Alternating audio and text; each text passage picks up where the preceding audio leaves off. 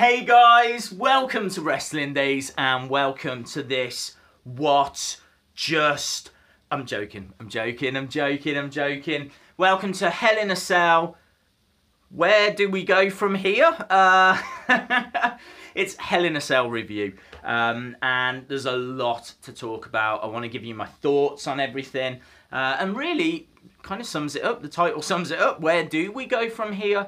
The big talking point is Sami Zayn. Of course it is. Sami Zayn, out of nowhere, like an RKO, came in, grabbed Kevin Owens, pulled him to safety. Shane McMahon crashing from the top of the cell through the commentary table, damn near killed himself. It's a stunning moment, absolutely brilliant, very reminiscent of obviously WrestleMania and that Undertaker match, blah, blah, blah, blah, blah. But where do we go from here? Now, I really like it, first of all. I really like it. It was a swerve that I didn't see coming. And also the fact that now it adds a lot of intrigue to SmackDown going forward. I mean, is this a new tag team? Who are they going to feud with? I mean, if Kevin's going to be feuding with Shane again going forward, who helps Shane? I mean, can't be Daniel Bryan. Can't be Daniel Bryan. Triple H?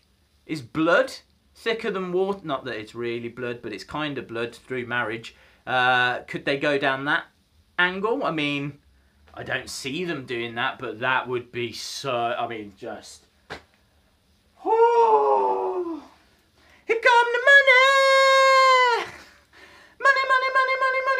That would be awesome. That would be absolutely cool. Could you imagine Shane McMahon, Triple H against Kevin Owens and Sami Zayn? I mean, you'd probably think that we're building towards Kevin Owens and Sami Zayn going for the tag team titles, but the tag team titles have just been put on the Usos for a reason, and I think that reason might be Breezango. Big rumours that Breezango were going to get shots at the title after Hell in a Cell.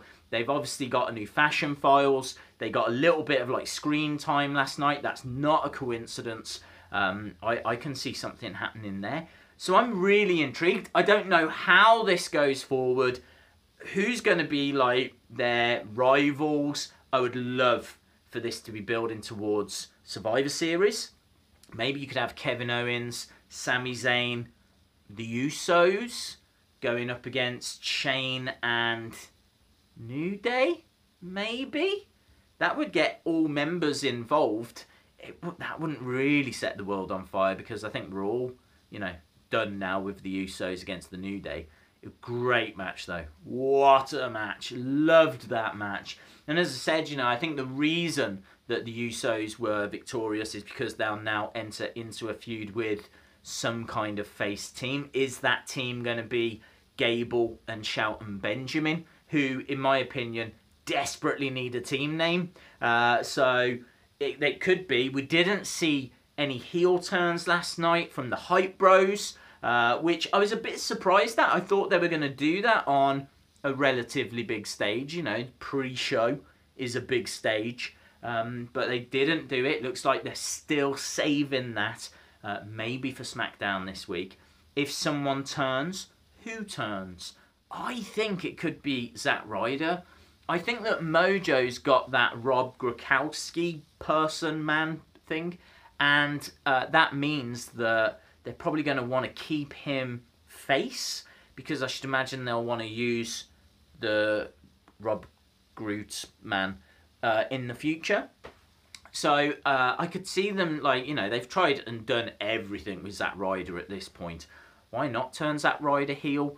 Mojo is so big and positive and hyped, and he'd make a great heel. Don't get me wrong, you could turn Mojo. I think they might do Zack Ryder. That is definitely coming. The pre-show match was good. I actually enjoyed it a lot more than I thought I was going to. I really like Gable and Benjamin. As I said, I really think they need a tag team name, and maybe they are the people now that will go up against the Usos. It's done. Usos New Day. You're not going to see it again. Done. Talking of done, Rusev...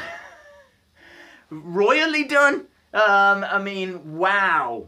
I mean, RKO out of nowhere. It is what it is, but Have they? Where does Rusev go from here? Have they just given up? What's going on? What is going on? He's just there to make up the numbers, isn't he? I mean, they've taken Lana away. He can't get any kind of victories under his belt. He was off sick for a while. I mean, injured. It's not really his fault, but it's like, man, he cannot catch a break. I really thought he was going to pick up the victory here. There's no need for Orton to get a win, but they gave Orton the win, and I'm amazed. I mean, I'm amazed. I don't know what the future holds for Rusev. Honestly, at this stage, they probably should just let him go. That's how I feel about it. They should just let him go. It's not fair. It's not fair. He could go over to New Japan and destroy it over there. Rusev, set free in New Japan Pro Wrestling, would be a beast. You could have Rusev in Ring of Honor, and I would say Global Force, but honestly, I haven't even got a clue. Is it even called Global Force these days? Has it closed yet? I don't know. I don't know what's happening there. So, so I feel really bad for Rusev. Don't know what the future holds for Orton either. Corbin, AJ Styles, Ty Dillinger. You just felt, didn't you? As soon as Ty was announced, Corbin was getting the win. Ty was eating the pin. I think I even said it in my reaction video that's how it felt. That's how it was going. That's what happened. I think Corbin with the title is going to be interesting. I'm not sure if AJ gets his rematch or, what the future will hold. I think they'll keep that title on Corbin for a while. And it'd be nice to see Ty get an opportunity at the title as well. So have to see kind of how that plays out. I'm into that. I think that's an interesting development. And, it's down to Corbin now to prove that he can do the job with the title. He can, be a draw. Love his new music as well. I think that is a big improvement. Kind of makes him feel like a bigger deal. Maybe it was the music. Maybe the music was holding him back. As soon as he changed that, bang, title, US Championship. So, yeah, big results. Natalya beating Charlotte. Huge missed opportunity. Carmella didn't even tease a cash-in. That's mental. I honestly thought this was it. I called it before. I was like, this is the one. And I'll hold my hands up in saying that because I really thought this was the one. I thought that they were going to give Charlotte the victory. Charlotte usually gets the better of Natalya. So I really thought they were going to give Charlotte the victory. But no way were they going to make it that easy. Carmella comes down after Charlotte's been through a war. Carmella cashes in. It didn't go that way. It didn't go that way. A DQ victory for Natalya. Fine. It's going to stretch the feud out longer. And actually, I'm not sure if I see Charlotte getting the title at this stage. No Ronda Rousey or any mention of the Four Horsewomen. I don't know what's happening with that Survivor Series match. I mean, the rumours are it's the Four Horsewomen versus the Four Horsewomen. Well, it's not that far away, if you're going to build it. Tuesday's going to be big. SmackDown Live is going to be big because they're going to have to start building feuds, and I think definitely we're going to see something Kevin Owens, Sami Zayn building towards Survivor Series as soon as this Tuesday. So yeah, I was surprised at that women's match. I was a little disappointed with that women's match, and the DQ finish was very cheap, but it's a placeholder, simple as that. The feud continues. Jinder Mahal beats Shinsuke Nakamura. What is going on? It was clean. It was clean. Second Kinshasa missed.